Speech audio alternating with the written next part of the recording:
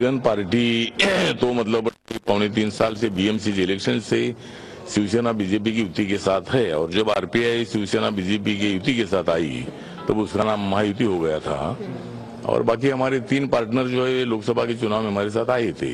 तो जो मतलब 7 सीट ही मित्र पार्टियों को देने का जो कुछ प्रस्ताव शिवसेना बीजेपी ने हमारे सामने रखा है, ये प्रस्ताव अन्यायकारक है। ये प्रस्ताव हमारी 4 पार्टियों पर अन्याय करने वाला प्रस्ताव है।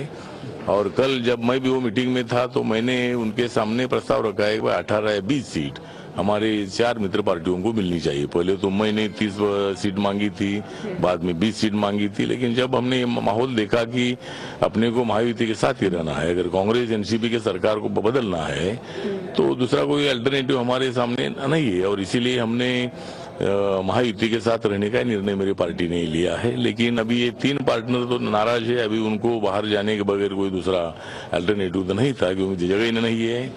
तो अभी मेरा प्रस्ताव इस शिवसेना बीजेपी के सामने अभी ये है कि अगर 7 ही सीटें आप छोड़ रहे हैं तो वो 7 सीटें आरपीआई को मिलनी चाहिए, और उसके बदले में फिर हम तो और भी सीटें मांग रहे थे, लेकिन 7 सीट आरपीआई को मिलनी चाहिए। और दूसरा कुछ एमएलसी है, कुछ राज्य में मंत्री पद है, केंद्र में मंत्री पद है, इसी तरह की जो कुछ हमारी डिमांड्स है उसको स्वीकार कर हम महायुति के साथ ही रहने का निर्णय लेंगे। और क्योंकि मुझे लोग पूछ रहे हैं कि भाई तुम भी बाहर जाओगे क्या, तो मैं बोला मैं बाहर से अभी अंदर आया हूँ।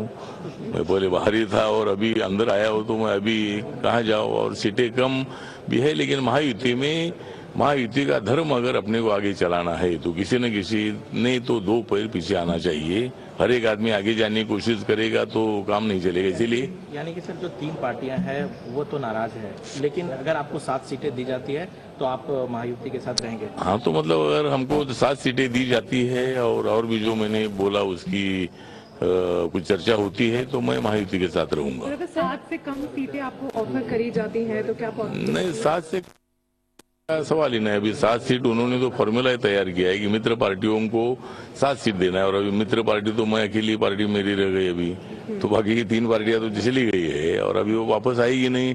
अगर उनको वापस लाना है तो मैं ला सकता हूँ, लेकिन 18-20 सीटों के प्रस्ताव को अगर शिवसेना बीजेपी मंजूरी देती है तो मैं वो 3 पार्टियों को भी समझाकर वापस लाऊंगा।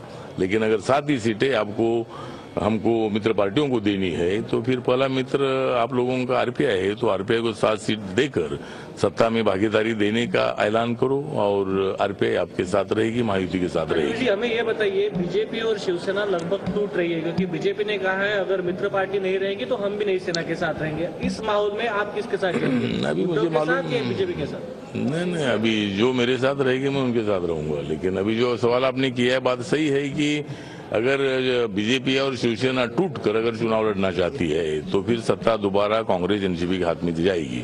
अगर इनको मतलब जो भी है अभी मित्र पार्टियों को साथ में रखना है तो बीजेपी ने मतलब उनकी सीटें देनी चाहिए, कुछ शिवसेना ने भी कुछ निकाल कर सीटें देनी चाहिए।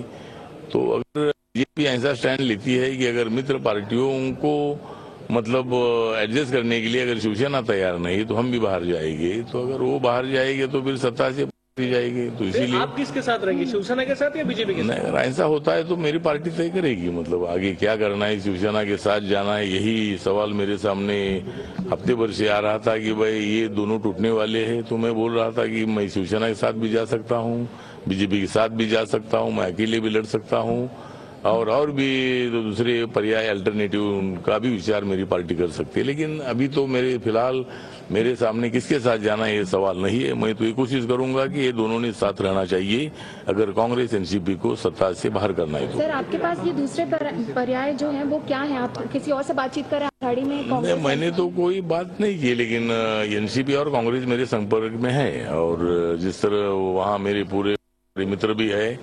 लेकिन मैंने उनको बोला, पवार साहब का भी फोन आया था जब मेरी 10-12 दिन पहले कुछ न्यूज आई थी कि भाई हमको कम सीटें मिलेगी तो हम महायुति छोड़ देंगे, तो तब पवार साहब का ही मुझे फोन आया था, और पवार साहब ने मुझे बोला था कि आप अगर हमारे साथ आते हैं तो बहुत अच्छी बात होगी।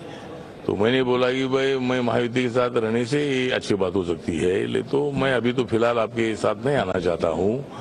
तो बहुत सारे लोग कांग्रेस पार्टी में हमारे संपर्क में है, लेकिन मैं महायुति के साथ ही रहना चाहता हूँ, क्योंकि महायुति के झी 24 तास रहा एक पाऊल पुढे।